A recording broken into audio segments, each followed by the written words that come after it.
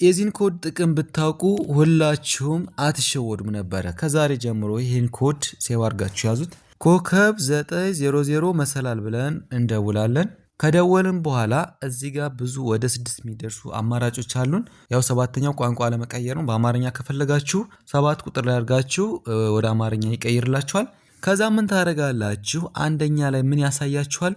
ማይ ሳብስክሪፕሽን ይላል። እንግዲህ ሰብስክራይብ ያደረግናቸው ማለት ነው። እዚህ ጋር ሊስት ያወጣልናል ማለት ነው። አንድ ቁጥርን ትጫናላችሁ። ከዛ ሁለት ቁጥር ስንጫን እንግዲህ እያንዳንዳቸውን አንድ ባንድ እየገባን አንሳብስክራይብ ማድረግ አለብን ማለት ነው። የሚቆርጡብንን ለማስቆም 2 ቁጥር ላይ እንሄዳለን። 3 ቁጥር ላይ ከሄን ደግሞ ሁሉንም ባንዴ ማስቆም ይቻላል ማለት ነው።